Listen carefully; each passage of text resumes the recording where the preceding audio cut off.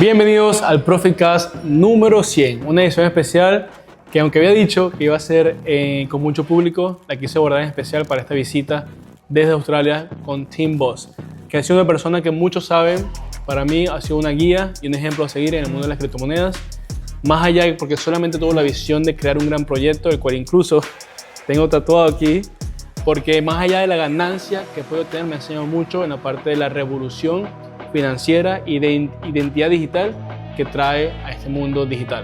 Así que esto va a ser en inglés, pero pónganse cómodos que va a estar muy buena y para ustedes más poner subtítulos.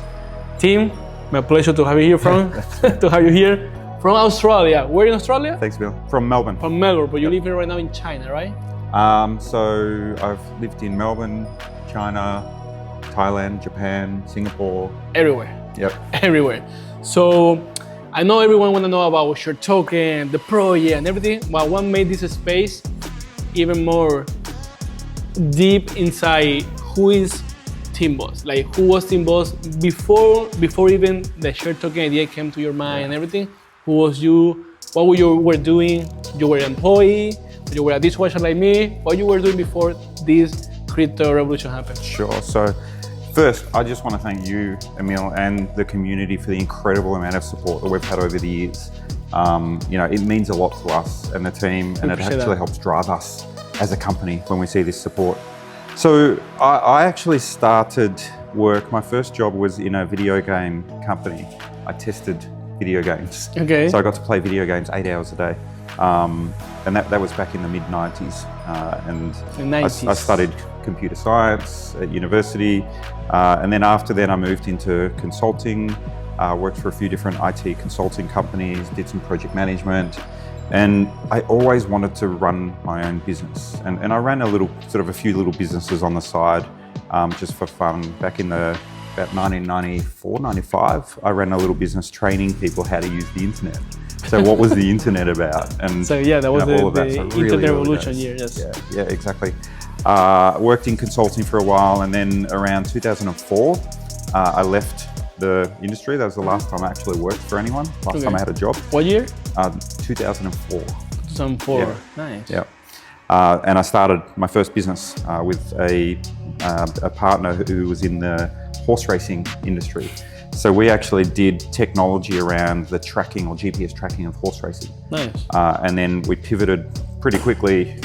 We made money out of it, but we pivoted very quickly into vehicle tracking. So we did GPS tracking of vehicles for large companies. We eventually had companies like Toyota and Coca-Cola as large customers. Sold that in around 2008, and then worked for them for a few years, and then started a car sharing company after that. Okay. And we sold that to a German company a few years ago. And then in around 2016, I came across the Ethereum white paper. It's funny because that year, 2016, I didn't even have the idea about blockchain, nothing. Yep. That was the year that I flew from Venezuela to the US to change my life and from the scratch, try to build myself. And I tell people 2016 was 7 years after the white paper of Bitcoin. And I didn't feel that I was late. Mm-hmm. So if you watching this video, you never had to feel like it's late to invest. You're never or late. It's late to start using the technology. It's never too late. It's never too late. Actually, you have to eventually adapt yourself to use the Web3 identity, the wallets, the MetaMask, Trust Wallet, because it's a revolution that will make you use it even if you don't want to use it, like the internet. I mean, look at this. The gold standard was basically created in the 70s, right? Right. People still buy gold as an investment, and gold is still going up as an investment. It's true. It's true. We're early in Bitcoin. We're early in crypto. We're very early. I actually used to run on my computers this program called SETI at home, which was a search for extraterrestrial intelligence. And it was the first real distributed computing environment where it used power from different computers to actually help solve big problems, which was the search for extraterrestrial intelligence. I came across Bitcoin in about 2010, and you came in the early times. SETI, and actually I started mining Bitcoin back then, and it meant nothing to me. I mean, it was worth nothing. I don't even have that Bitcoin. I never sold it. I just don't have it. Right? It's on a laptop. crazy. Thrown away somewhere a long time ago. But when I came across the Ethereum white paper, the first thing that really struck me was this concept of a decentralized virtual machine, right? Okay. And the immutable data set and all of that. And initially, I thought this is really cool, but didn't really think of, hey, you could do this, and this with it. It wasn't until about a year later, in early 2017, when I was still running the car sharing company, we saw a really big problem with our users in terms of sign up, centralized databases of things. So we stored people's passport photos, driver's license photos, emails, passwords, full name, like everything we had on our service, and I saw that as a huge risk. And I thought there must be something better. There must be a better way to do this. And that's really how the idea for sharing was born. So we started with this concept of an identity where I could prove something about myself to a company or service that I'm using. And our focus was sharing economy back then. But I could prove something about myself and access a service without actually providing all of my information, right? So we started sharing in 2018, and we created these core principles for our company. I remember I read the white paper. Yes. The first thing, I don't remember for where I get the white paper, but when I sit down and read it all, I was like, for me, this is huge. Yeah. The sharing economy concept, I went through all the detail. So the white paper came out in 2018, but you had the idea in 2017. Yeah. So a whole year to start planning. Think about it. Plan it. Start doing some R&D, all that stuff.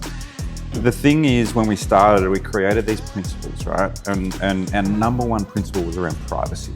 So no matter what we did, we would not store information about our users on our servers. Right? Yeah. That was the number one thing that we put in place. And that was the hardest thing to do. Right? And then we had other ones around transparency. We had other ones around sort of the concept of what we wanted to do was to allow a user to be able to access a service without having to share everything about themselves to access it. And for us at the time, the low-hanging fruit, so the easy to access market was the sharing economy and travel market. Takes a long time to develop this stuff. We decided to do it on our own chain using Cosmos. It was called Tenemos back then.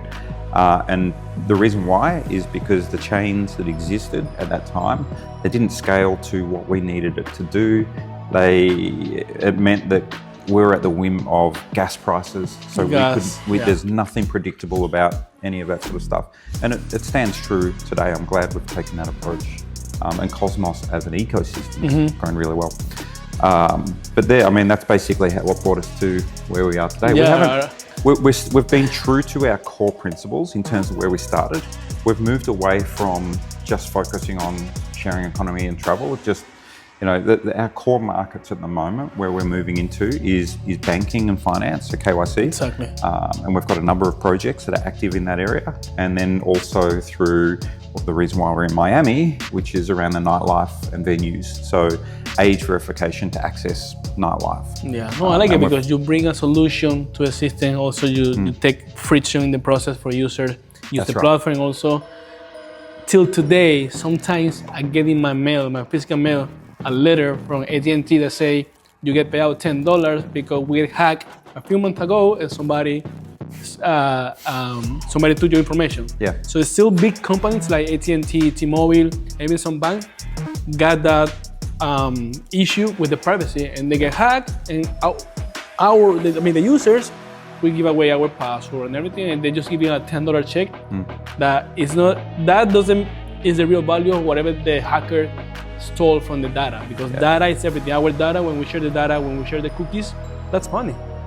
Yeah, at the end. Absolutely. And just be able, like you say, go to a place and share what the place needs and know all the information. I feel like in this era, it's key, because imagine you go to a club, they'll see your address, your zip code, they see all the information that they don't need. They just need your age and your face, and that's it.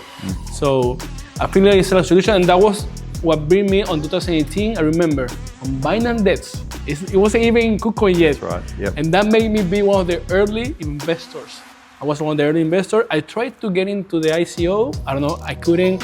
I don't know, it was a set process, whatever. But I said to myself, for 1 year thing, tracking the process. And I remember, share token, listing on Binance Debts. Boom, I went and made my first buy. And I mean, from 2019 to 21, we have the cycle. We see share token at 10 cents, market cap over 125 millions.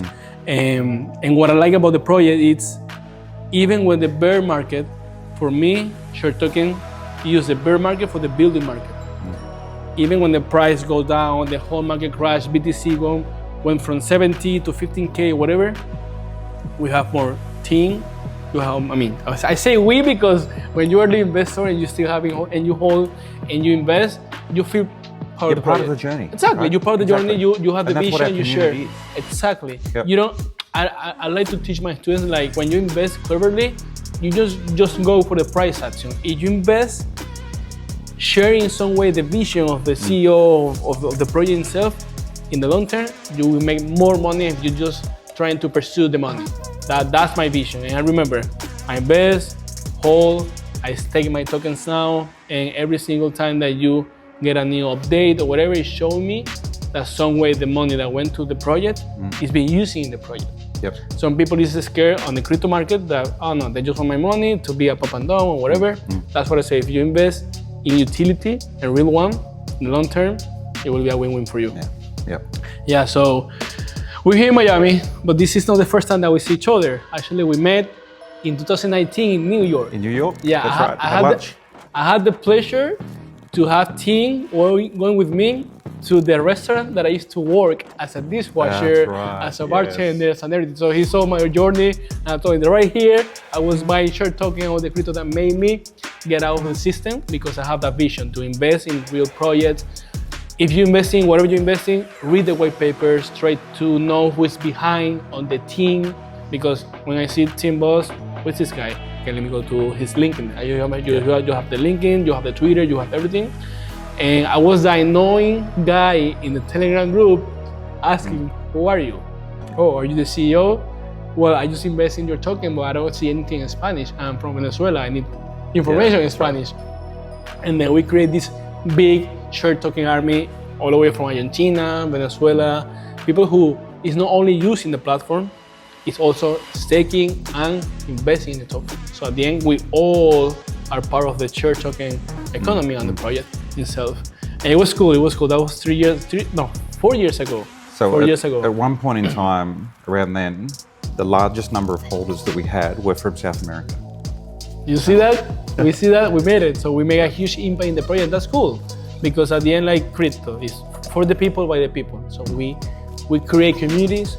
And for me, it's been a pleasure to be part of the journey. Like every single update, every single new app update, new product that we have, even myself on my platform for my students, and the new one that we're launching, I'm launching for tokenization.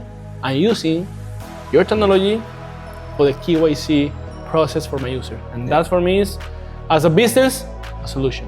And for the clients, even better. So I'm really, I have to say thank you for having that idea on 2017 and then develop the idea, because so many people have many ideas, but not too much people have the, to make it happen, and you did it. So I'm really glad that happened. And now we're here in Miami.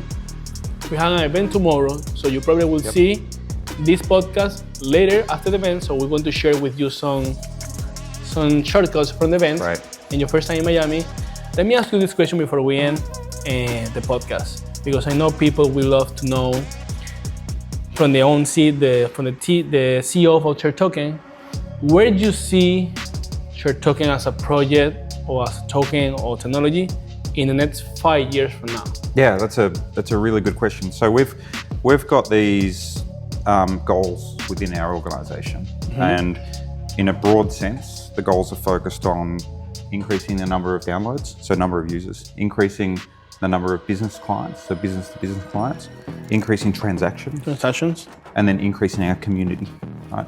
So there are 4 main goals, and all of those obviously work together to sort of build on each of those. We started putting some numbers together recently in terms of where we believe we can be in the next 6 months, in the next year, in the next 3 years, and so on. So we're looking at, just from the nightlife industry, so nightclubs and things like that, we're looking at about 100 clubs by the middle of this year. Okay. In terms of number of users, we're probably looking within 3 years at around 35 million users, and these are real numbers, right? But that's only for one area. The other area, which is finance, that we're going into, we've already got some banks and finance companies using it. That's about to explode. We're going to have a lot more very, very soon in there. So in 5 years, I couldn't give you the number of transactions or number of users or anything like that, but in 5 years, we will be cemented and well-known within nightlife and venues and events industry. We'll be very well-known in the banking industry, not just in one country, but in multiple countries. We'll also be very well known in the age verification industry. So age verification for things like social media, which is becoming a really big thing. But then also for gaming. So not just the online gaming, but also gaming in terms of video games where they're age restricted video games. So there's already things happening with us in that area there. So they're sort of the main areas we sort of see ourselves really, really growing into over the next 3 to 5 years. And our partnership with Google is helping a lot with that. I'm going to actually be, I don't think we've announced this yet, but I'm going to be in Las Vegas in April as part of Google Next. So Google have invited us to be part of that event. So we'll be there in Las Vegas. I'll come back to Miami during that trip as well. For sure. There's the DIATF, which is our UK certification. So the fact that we've got that, and the fact that we were the only company that got that certification that actually has also ISO 27001 is huge, right? This is basically, it's opened a lot of doors for us. So you'll see a lot more of that soon. So, we're never going to stop building. We keep building. We're growing out our ecosystem with the apps, the mini apps. The apps, yes. So within the app, we've already got 2 that will launch tomorrow as part of the party. But there's others that are coming soon. So there's the eSIM, things like that. So the idea behind those is they're identity-driven apps, right? So where some sort of identity or information is required, they'll be basically remove that friction. So things like travel visas, which we've got the partner with Visa HQ, the eSIMs, and a number of other things. So I think this year for us is going to be monumental. It will be a huge year. Everything. It's only February, and I just so much has already happened in 6 weeks. I don't know if you guys, but that whole explanation want me to put more money in ShareToken Invest, because just the fact that you have that clear, that the vision for the next 5 years, at the end, it's not just investing in the project, also who is behind the project. Sharing that vision. I like the word sharing. Now we're using too much the word sharing. It's everywhere. So for me, think about it. You're investing now in a project that have a whole roadmap for the next 5 years, and that's been already in the market for 5 years already. Remember, good things take time to build. So someone once told me it takes 10 years to become an overnight success. Correct. And we are in that path. So I hope you enjoyed this podcast. We are not financial advisor. We're not telling you to buy ShareToken. But if you go to the website and you see a white paper and you go to my videos and everything, you will see how ShareToken was preparing himself and building to the point that we are here right now, taking the product out of the world. Now people will use ShareToken. And the transaction, just to let you know, when he say we're going to increase the transaction to the blockchain of the Sharing Explorer, that will help to the project itself, the ecosystem to grow. So more users, more clients, more transactions, more ShareToken for everyone. Myself, I'm going to buy more, stake more, and just wait and be patient and use the technology that you create for us. Thank you, Tim, for being here. See you at the event. We'll give you some shortcuts about the launching tomorrow of the 2D app that he say. And I hope I'll see you soon. Next podcast will be either in China or Melbourne, because I'm going there. Let's do it. Let's do it. Thank you. Awesome. Thanks, man.